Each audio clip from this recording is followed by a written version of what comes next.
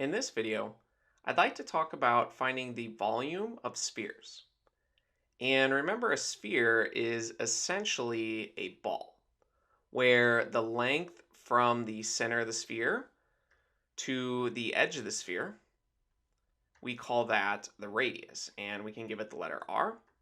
So r is the radius of the sphere.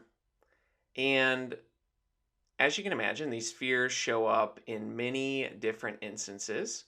In fact, we basically live on a sphere. It's not exactly a sphere since it's actually wider at the equator, but it is almost a sphere. In fact, we call it a spheroid.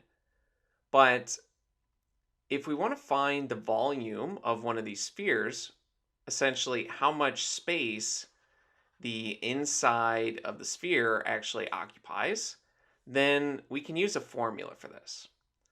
And that formula, which we can call V for volume, is equal to 4 divided by 3 multiplied by pi multiplied by the radius of that sphere cubed. So the volume is 4/3 pi multiplied by r cubed. And understanding where this formula comes from is fairly complicated when you first learn this. So for this video, we're mainly going to focus on using the formula and calculating the volume. And in a later video, I will show a method that we can use to get a better understanding of where this formula comes from. But one of the more common techniques to understand this formula is to apply methods of calculus. But like I mentioned, you can understand this formula without using calculus. It's just that calculus makes this much more straightforward to actually find this formula. So like I mentioned, we are just going to calculate what the volume of the sphere is. And in a later video, we will look at where this formula comes from and how to interpret this. So to use the formula, we just need to mark what the radius is. And you can see that the radius of the sphere is 2. Now, if we plug 2 into our formula, we can solve for the volume.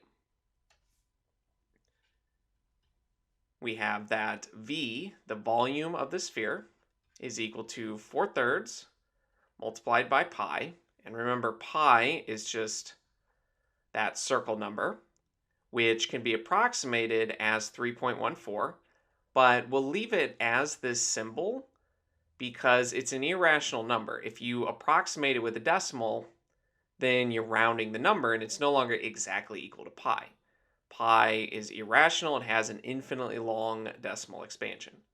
So we'll leave this symbol pi even in our answer so that we can have an exact answer in terms of pi. And we will multiply this by the radius to the 3rd power. And since the radius is 2, we're multiplying by 2 raised to that 3rd power. Now let's simplify this. We have 4/3 multiplied by pi multiplied by 2 to the 3rd power, which is 2 times 2 times 2, which is 8. And simplifying, we can do 4 times 8, that is 32, multiplied by pi, and all of that is divided by 3. So the volume of this sphere is 32 pi over 3. And we weren't given any explicit units, so we can just say that we have cubic units here since we're dealing with volume.